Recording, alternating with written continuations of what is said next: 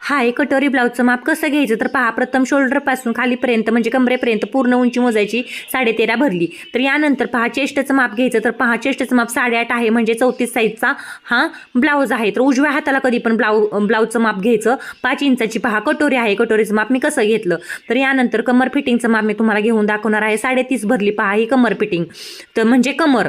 तर यामध्ये पुन्हा आपण एक्स्ट्रा आतला आहे ते सोडून देतो. तर 9 इंच पाठीमागचा गळा आहे. यानंतर पहा पुढचा जो गळा आहे तो इथून इथपर्यंत मोजला जातो, तो आहे 6 इंच. पाठीमागचा गळा हा 9 आणि पुढचा गळा हा 6 इंच आहे. तर शोल्डर आणि गळा रुंदी ही चार्टनुसार काढली जाते. दंडगेर आहे 5.5 इंच आणि बाहीची लांबी आहे 4.5 इंच.